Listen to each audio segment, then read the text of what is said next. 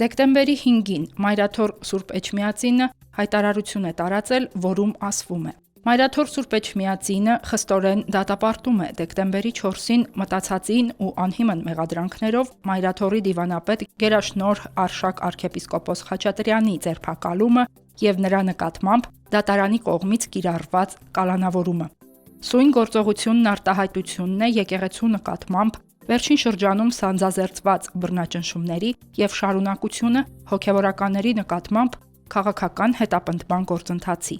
Բարձրաստիճան հոգեվորականներին շինծու մեղադրանքներով կալանավորելը իշխանության, եկեղեցահալած քաղաքականության եւ եկեղեցականների դեմ ատելության խոսքի հերթական դրսևորումն է։ Մայրաթոր Սուրբ Էջմիածինը պահանջում է անհապաղ դադարեցնել Արշակ arczepiskopos Խաչատրյանի եւ ազատազրկված մնացյալ եկեղեցականների ապօրինի հետապնդումները եւ վերականգնել նրանց խախտված իրավունքները, ասվում է հայտարարության մեջ։